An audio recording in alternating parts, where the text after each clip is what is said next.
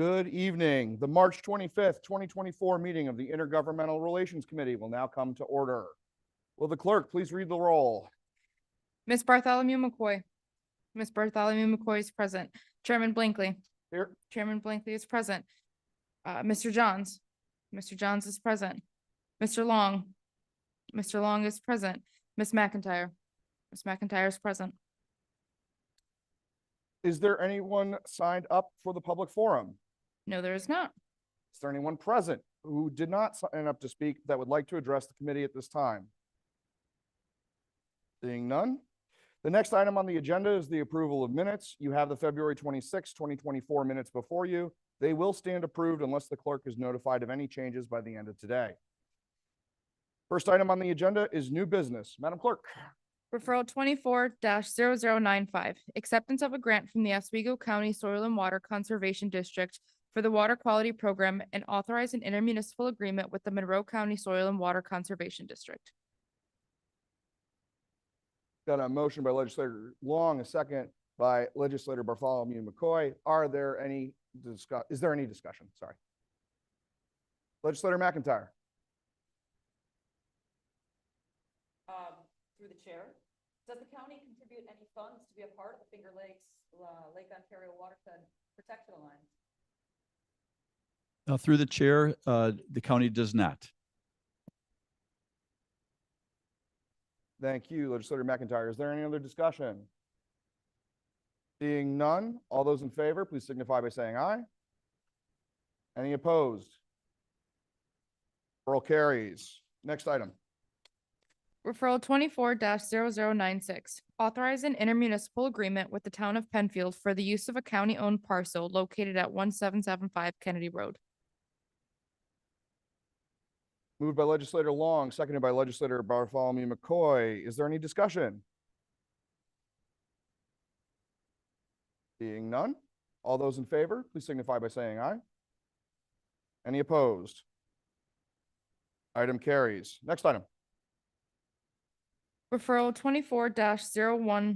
24-0100, authorize an intermunicipal agreement with the town of Hamlin for the administration of the Weiler Road Bridge Project.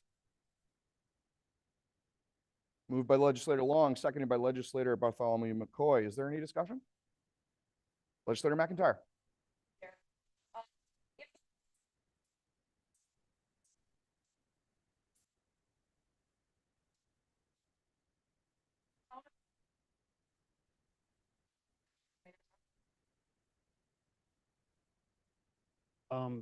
Through the chair, yes, and the overage would have to be paid for by Hamlin. Thank you very much. Is there any other discussion? Seeing none. All those in favor, please signify by saying aye. Any opposed? Item carries. Next item. Referral 24-0102, amend the 2024 capital budget and bond resolution 411 of 2023 to provide an increase in funding, authorize a contract with Villager Construction, Inc. for construction services, and authorize an intermunicipal agreement with the town of Gates for sidewalk installation for the Highway Preventative Maintenance Number 10 project in the towns of Brighton, Henrietta, and Gates. Moved by Legislator Long, seconded by Legislator Bartholomew McCoy. Is there any discussion? Legislator McIntyre. First one. What is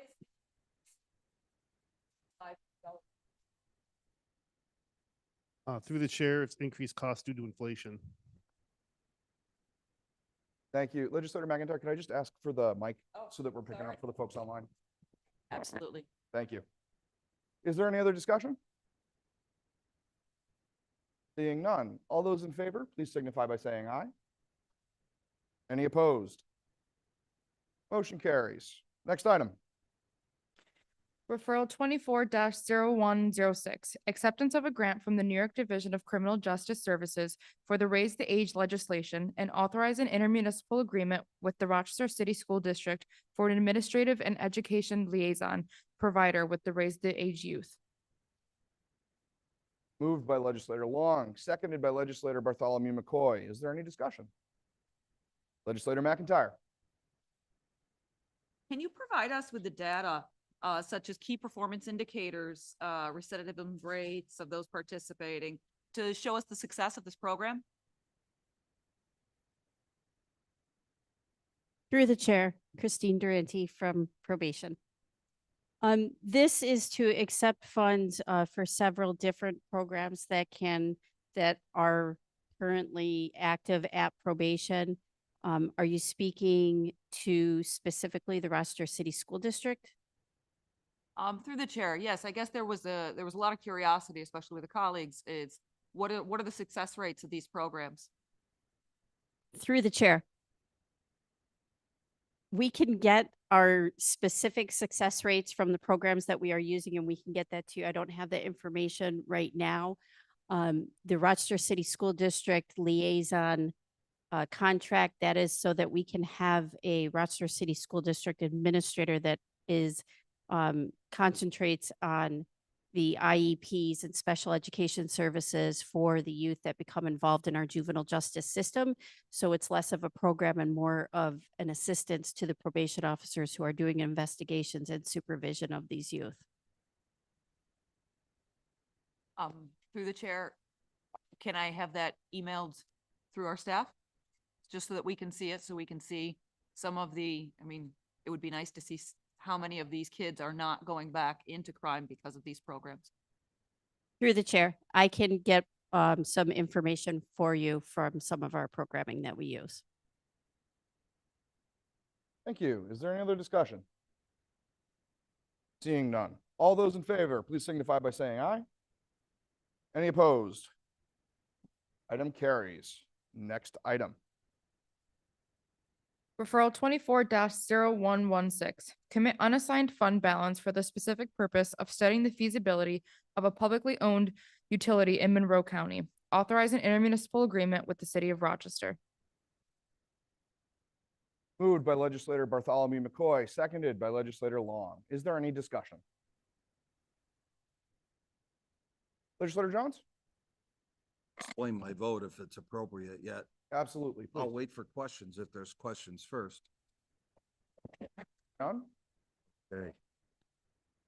All right, through the chair, and this is not to the administration, these are kind of rhetorical questions, but I jotted these down. There's leftovers from the December meeting.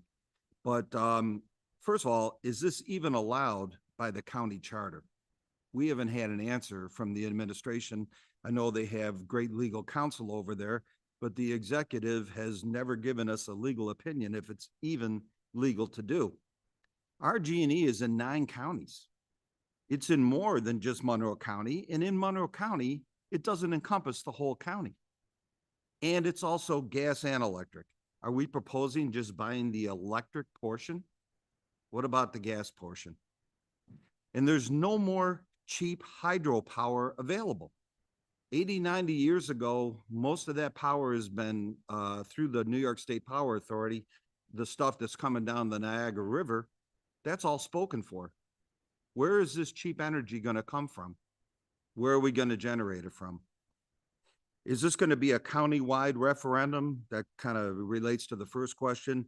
They tried this up in the state of Maine, didn't work out so well. They had a referendum up there. It lost 61-39. Apparently it didn't work out so good for them.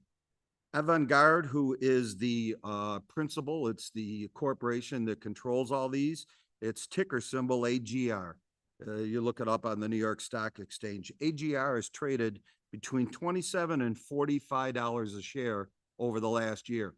Closing price today, $35 a share. When a buyout starts, whether it's Monroe County, New York State, or anybody else, when you go to buy out a company, that stock price goes up, right? What are we going to do? Are we going to get in a bidding war like they do with the home prices nowadays? You could have literally the cost of buying this right now at today's prices, 35 a share, could easily go to 45, which is the yearly high. That's up 30-something%. And if it goes higher in a bidding war, what are we going to do? Can we just buy the RG&E portion? Because then you're going to some type of Wall Street arbitrage. The big company's going to have to spin off one of their subsidiaries to us, or we're going to have to buy the whole thing. Okay, interest rates are more than double what they were a few years ago. That means when we bond, we're going to be paying twice as much as we otherwise would have when this idea came up before I was in this legislature. When you start bidding up the price, you're going to make a lot of Wall Street investors, foreign investors, and hedge fund billionaires even richer. That's what it comes down to.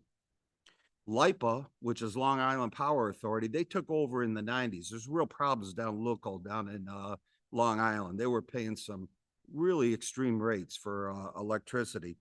LIPA took over, Long Island Power Authority, promising to have 20% lower rates. Turns out they're 20% higher than the state rates, and the state is higher than any other state. You know, not everything you think is going to turn out well necessarily always turns out well.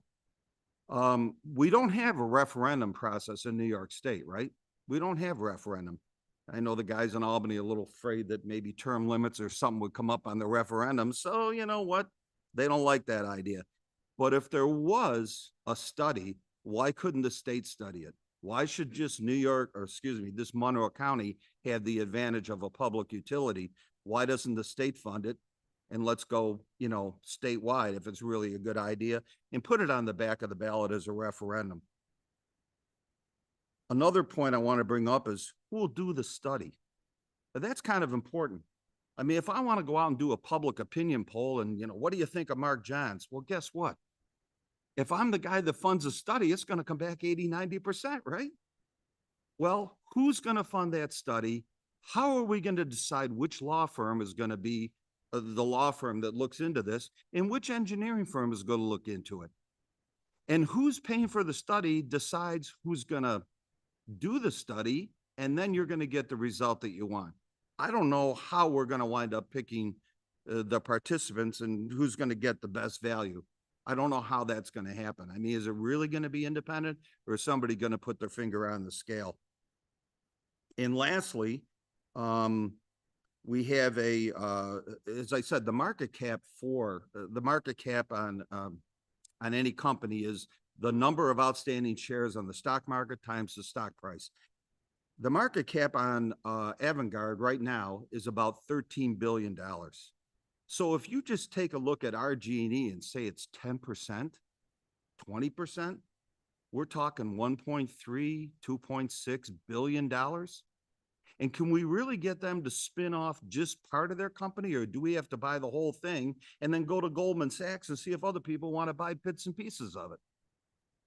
That's one of the problems that we have to look into, and I haven't seen anybody do it yet.